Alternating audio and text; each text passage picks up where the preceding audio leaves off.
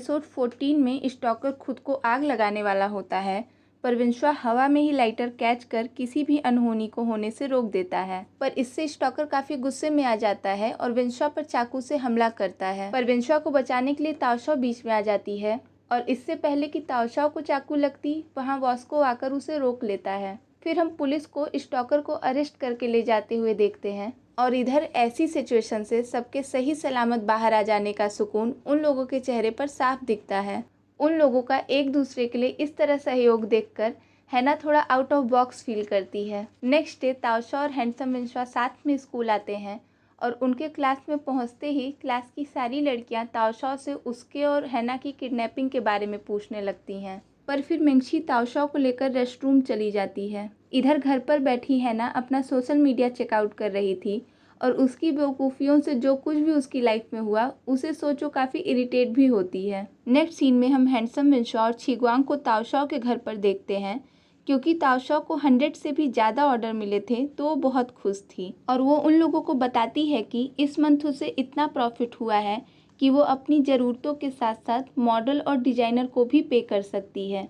पर छिग्वांग और हैंडसम विंश्वा तो उसकी एज ए फ्रेंड हेल्प कर रहे थे, तो वो लोग पैसे लेने से मना करते हैं, पर ताओशाओ इसके लिए नहीं मानती।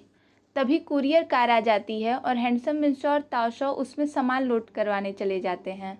फिर ताओशी छिग्वांग से बातें करने लगती है और उसके इस नेचर की तारीफ करती है। पर यहाँ ऐसी वाइब्स आती हैं कि जैसे कि छिग्वांग हैंडसम विंश्वा और ताओशाओ की इस क्लोजनेस से थोड़ा अनकंफर्टेबल हो। इधर गाड़ी में सारा सामान लोड करके विंश्वा भी काफ़ी थक जाता है, तो ताओशाओ उसे फ्रेशन अप होकर आने को कहती है क्योंकि वो उन लोगों को चिकन फ्राई और कोला की पार्टी दे रही थी। तो फिर विंश्वा फ्रेशन अप होकर पार्टी के लिए जाने ही वाला था, पर तभी अचानक उसके सिर में तेज दर्द होता है और उसे चक्कर आने लगते हैं। इधर ताओशाओ चिकन फ्राई और कोला लेकर आती है और विंश्वा को वहाँ न पाकर उसके बारे में पूछती है। तो फिर छिग्वांग विंश्वा को बुलाने ऊपर चला जाता है और उसे इस तरह बेहोश पड़ा देख काफ़ी परेशान हो उसे जगाने लगता है। नेक्स्ट सीन में हम उसी आदमी को देखते हैं जो कि हैंडसम विंश्वा को खोज रहा है और वह अपने आदमियों को हैंडसम विंश्वा की फ़ोटो देते हुए उसके बारे में बताता है। और यहाँ पता चलता है कि हैंडसम विंश्वा का रियल नेम क्रिश है, जो कि 25 ईयर का एक एशियन अमेरिकन है जिसे यूएसए में किसी ने अडॉप्ट कर लिया था। वो आदमी बताता है कि वो 3 महीने पहले चाइना आया है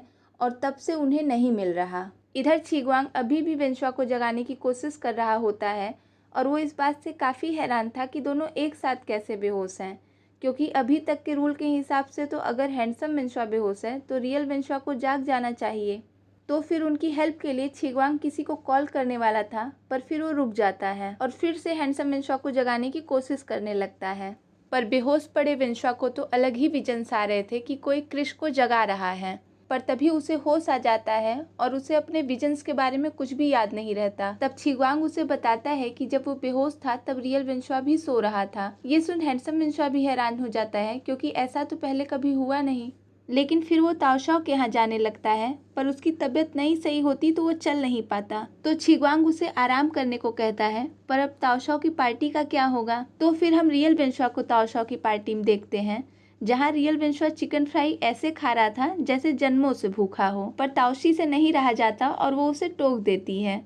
पर ताओशाओ रियल विंश्वा को पूरा सपोर्ट करती है और उसे और खाने का ऑफर देती है। पर ताओशाओ अभी भी हैंडसम विंश्वा को मिस कर रही थी, तो वो उसे चेक करने के लिए जाने लगती है, जिस पर छिग्वांग और रियल विंश्वा दोनों साथ में ही उसे रोक लेते हैं। उन दोनों का ऐसा रिएक्शन देख ताओशाओ भी थोड़ा हैरान हो जाती है। और फिर पार्टी खत्म कर रियल विंश्वा और छिग्वांग बाहर आते हैं, पर रियल विंश्वा को ताओशाओ से इस तरह झूठ बोलकर अच्छा नहीं लगता, तो छिग्वांग उसे ताओशाओ को भी सब सच बता देने को कहता है। पर विंश्वा ऐसा करने से मना करता है क्योंकि उसे ये डर था कि छिग्वांग की तरह ताओशाओ उसे नहीं समझेगी। एंड आई थिंक वो अपने लुक को भी लेकर इनसिक्योर होता है। पर उसे इस बात की काफ़ी तसल्ली होती है कि एटलीस्ट छिग्वांग तो उसके साथ है। फिर सेक्रेटरी जियांग कार लेकर आ जाते हैं और छिग्वांग चला जाता है। तभी रियल विंश्वा को किसी का कॉल आता है और उसे पता चलता है कि हैना और ताओशाओ की जान बचाने में उसने जो बहादुरी दिखाई उसके लिए उसे अवार्ड से सम्मानित किया जाएगा। और ये सीन यहीं कट हो जाता है। नेक्स्ट सीन में हम हैंडसम विंश्वा को रूम पर सोता देखते हैं,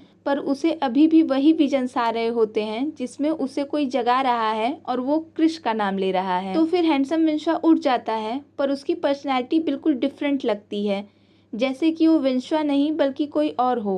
पर फिर वो वहाँ से उठकर जाने लगता है, पर तभी उसे गेट से चोट लग जाती है और इसका मतलब साफ है कि वो विंश्वा नहीं है, क्योंकि विंश्वा को तो पता है कि दरवाजे की साइज क्या है। खैर, विंश्वा को जाते हुए ताओशाओ भी देखती है और उससे उसकी तबीयत के बारे में पूछती है, पर वो उसकी बात पर ध्यान नहीं देता और वहाँ से चला जाता है और उसका बिहेवियर ताओशाओ को भी अजीब लगता है। नेक्स्ट सीन में स्टोर में विंश्वा ग्रैंडमा से बात कर रहा था और ग्रैंडमा को भी पुलिस ने उसके अवार्ड मिलने वाली बात बता दी थी, जिससे वो काफ़ी खुश थी। पर वो ग्रैंडमा से बात कर ही रहा होता है कि तभी वहाँ से हैंडसम विंश्वा गुजरता है, पर रियल विंश्वा ये देख नहीं पाता।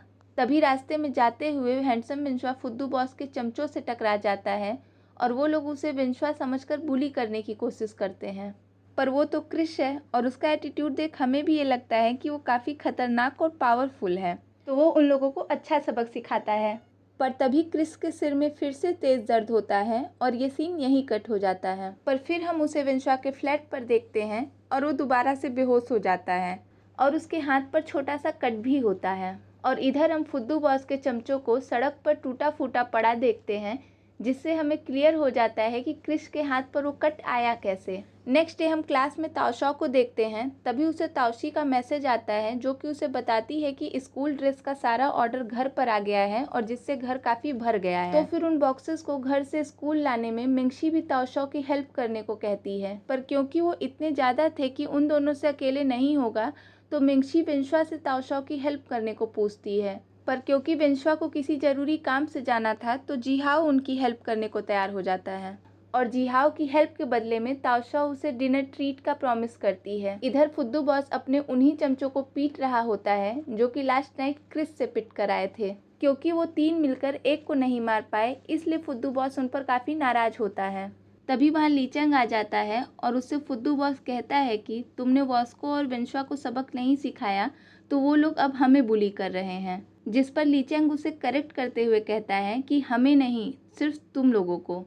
ये सुन तो फुद्दू बॉस का पारा चढ़ जाता है और वो लीचंग को डंडे से मारता है, पर इस बार लीचंग भी उसका जवाब देता है। पर फुद्दू बॉस ये तो जान रहा था कि वो लीचंग से फाइट में नहीं जीत पाएगा, तो उसे अपने किए गए एहसान याद दिलाने लगता है, मतलब फुल इमोशनल ब्लैकमेल। और फिर अपने एहसानों के बदले में वॉस्को और विंश्वा को सबक सिखाने को कहता है, जिसके बदले में वो लीचंग को अपनी गैंग से बाहर जाने देगा। इधर ताओशाओ मिंगशी जीहाओ के साथ डिनर करने आते हैं, जहां लीचंग पहले से ही बैठा होता है। जीहाओ लीचंग के हाथ में लगी चोट के बारे में पूछता है, पर लीचंग उसे कुछ नहीं बताता। पर मिंगशी को तो यही लगता है कि उसने फिर किसी को मारा होगा, तो फिर लीचंग ड्रिंक करने लगता है और मिंगशी भी ये बात नोटिस करती है। फिर वो लोग डिनर खत्म कर वहाँ से जाने लगते हैं, पर लीचंग काफ़ी ड्रंक होता है, जिस पर जीहाओ उनसे उसकी हेल्प करने को कहता है। पर मिंगशी इसके लिए तैयार नहीं होती और ताओशाओ को भी जाना पड़ता है, पर जीहाओ लीचंग को इस तरह छोड़कर नहीं जाना चाहता था। नेक्स्ट सीन में रियल विंश्वा स्टोर पर होता है और वहीं पर हैना भी होती है, क्योंकि उसके पापा ने उसे सिर्फ स्टोर तक ही जाने की इजाज़त दी थी। पर तभी विंश्वा को जीहाओ का मैसेज आता है, जो कि उसे किसी काम से किसी जगह बुलाता है। तो फिर विंश्वा हैना को बटरिंग करते हुए उसे थोड़ी देर के लिए स्टोर संभालने को कहता है। हालांकि हैना भी ये समझ रही थी कि विंश्वा उसे मस्का लगा रहा है, पर क्योंकि वो उसका चेहरा देखकर बोर हो गई थी, तो वो उसे जाने देती है। फिर हम विंश्वा को जीहाओ के पास देखते हैं, जो कि लीचंग को अपने बैग पर उठाए उसे घर छोड़ने जा रहा था, और वो जीहाओ से पूछता है कि लीचंग उसे हमेशा बुली करता आया है, पर फिर भी वो उसकी हेल्प क्यों कर रहा है। जिस पर जीहाओ उसे बताता है कि लीचंग हमेशा से ऐसा नहीं था, बल्कि फुद्दू बॉस की संगत में आकर वो ऐसा हो गया। तो फिर विंश्वा लीचंग और वॉस्को के बीच हुई प्रॉब्लम के बारे में पूछता है, पर जीहाओ को इसके बारे में कुछ खास पता नहीं होता।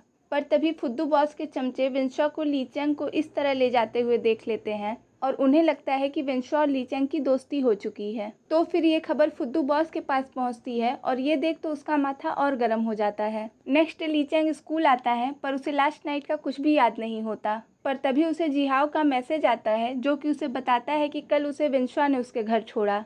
और तभी फुद्दू बॉस के चमचे वहां आ जाते हैं, जो कि उसे वॉस्को और विंश्वा को सबक सिखाने वाली बात का रिमाइंडर देते हैं और विंश्वा को आज ही मारने के लिए कहते हैं। पर वहीं बगल से गुजर रहा जीहाओ भी उनकी बातें सुन लेता है। इधर क्लास में मिंगशी लीचंग की सीट की तरफ देख रही होती है और वो ये जताती तो नहीं, पर मन ही मन उसे भी लीचंग की चिंता हो रही थी और ताओशाओ भी ये बात समझ रही होती है। पर तभी वहाँ जीहाओ आता है और विंश्वा को बताता है कि आज उसे लीचंग मारने वाला है और वो सब बताता है जो उसने बाहर सुना। तो ताओशाओ विंशुआ को बचाने के लिए जल्दी से उसे अपने साथ घर लेकर चली जाती है। नेक्स्ट सीन में हम छिग्वांग और जिहाओ को फुद्दू बॉस के अड्डे पर देखते हैं, जहाँ छिग्वांग जिहाओ को कैमरा देते हुए उसे सब कुछ अच्छे से रिकॉर्ड करने को कहता है, क्योंकि वो विंशुआ का फुद्दू बॉस से हमेशा के लिए पीछा छुड़ाने और उसके खिलाफ सबूत इकट्ठा करने यहाँ आया था। वो अपना फ़ोन जिहाओ को देते हुए कहता है कि अगर वो किसी मुसीबत में फंस जाए तो वो सेक्रेटरी जियांग को कॉल कर दे। नेक्स्ट सीन में फुद्दू बॉस ली चैंग से विंशुआ की पिटाई के बारे में पूछता है, पर ली चैंग के अभी तक कुछ न करने पर उस पर गुस्सा होता है। पर तभी वहाँ छिग्वांग आ जाता है और खुद को मारने के लिए वो फुद्दू बॉस को उकसाने लगता है। तो फिर क्या होता भी वही है जिसके लिए वो यहाँ आया था, यानी उसकी पिटाई। पर वहीं पास में छुपा जिहाओ इन सारी चीज़ों को रिकॉर्ड कर रहा होता है। पर छिग्वांग को पिटता देख वो सेक्रेटरी जियांग को कॉल लगाता है, पर गलती से वो कॉल हैंडसम विंशुआ को लग जाती है और छिग्वांग मुसीबत में है ये सुनकर तो वो परेशान हो जाता है। पर ताओशाओ उसे जाने से रोकती है क्योंकि उसे लगता है कि ये कोई ट्रैप हो सकता है। पर छिग्वांग मुसीबत में हो और विंशुआ न जाए ऐसा तो हो नहीं सकता, तो वो चला जाता है। पर फिर ताओशाओ वॉस्को को कॉल करके सब बता देती है और इधर वो लोग जिहाओ को रिकॉर्डिंग करते हुए देख लेते हैं तो वहाँ से भाग जाता है। इस तरह छिग्वांग को पिटता देख ली चैंग को भी काफ़ी गुस्सा आ रहा था, तो फाइनली उन्हें रोकता है। पर उसकी इस हरकत पर जैसे ही फुद्दू बॉस ली चैंग को मारने वाला होता है, वहाँ हैंडसम विंशुआ आ जाता है। छिग्वांग उसे यहाँ से जाने को कहता है, पर वो उसे इस हाल में अकेला कैसे छोड़ के जा सकता था। तो फिर फुद्दू बॉस विंशुआ को मारने के लिए ली चैंग को लास्ट चांस देता है, पर ली चैंग कुछ नहीं करता। तो फिर उसके बाकी चमचे विंशुआ पर अटैक करते हैं, पर तभी विंशुआ के सिर में तेज दर्द होता है और उसे वही क्रिश वाले विजन आने लगते हैं। पर अब इन सब से हैंडसम विंशुआ लड़ेगा या क्रिश, ये तो हमें नेक्स्ट एपिसोड में ही पता चलेगा। Then please subscribe my channel and follow me on Instagram, जिससे आपको वीडियो की अपडेट मिलती रहे। तो stay tuned and thanks for watching.